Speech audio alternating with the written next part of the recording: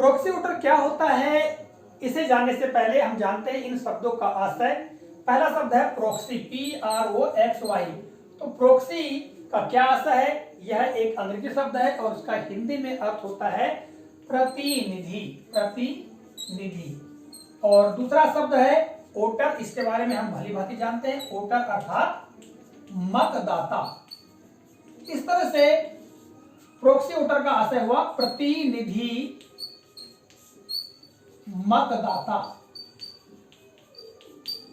प्रतिनिधि को दूसरे अर्थों में हम ऐसे भी समझ सकते हैं, दूसरे के लिए कार्य करने का अधिकार। ठीक है, दूसरे के लिए कार्य करने का अधिकारी, ये प्रतिनिधि का आशय होता है।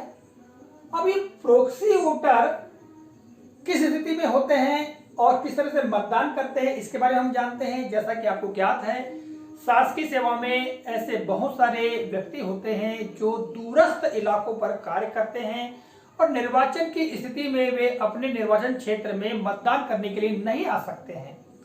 ऐसी स्थिति में उन्हें अपने परिवार से या किसी विश्वसनीय व्यक्ति को अपने प्रतिनिधि के रूप में नियुक्त करने का अधिकार होता है और वे उसे नियुक्त कर देते हैं। और नियुक्त करने के पश्चात वो व्यक्ति उस मतदान केंद्र में जाता है जहां पर उस अधिकारी का, जो कि दूरस्थ इलाके में पदस्थ है, का नाम होता है। और चूंकि उनकी सूची भी उस मतदान केंद्र पर होती है तो वे वहां जाकर के उन अधिकारी के बदले में या कर्मचारी के बदले में मतदान करते हैं, जिसे कि प्रॉक्सी वोटर कहा जाता है, प्रतिनिधि मतदाता कहा जाता है।